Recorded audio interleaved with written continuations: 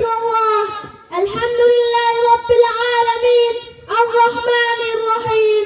Honorable President of today's event and Muazzaz Mukarram Ulama Ikram and my dear Islamic people, Assalamu alaikum.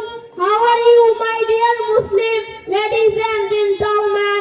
I am honored to be standing in front telling you about importance and necessity of Nurani education in Bangladesh. My name is Ashikur Rahman. I am proud member of Nurani 3rd grade student in Ashraful Ulum Talimul Quran Madrasa, Khalilganj, Kurigram.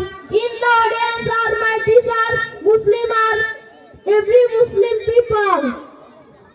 In the audience are my teachers. In the audience are my teachers, every Muslim. I am the first person in my family go to Nurani Madrasa, and I would not be standing here without them. Unwavering support throughout these 6 years. We know mankind is the noble creation of Allah. Allah said, "Wa anfusikum wa ahlikum nara." Save you, save your family from the hell. Our Prophet Muhammad sallallahu alaihi wasallam. Talabul ilmi faridatun ala kulli Muslim.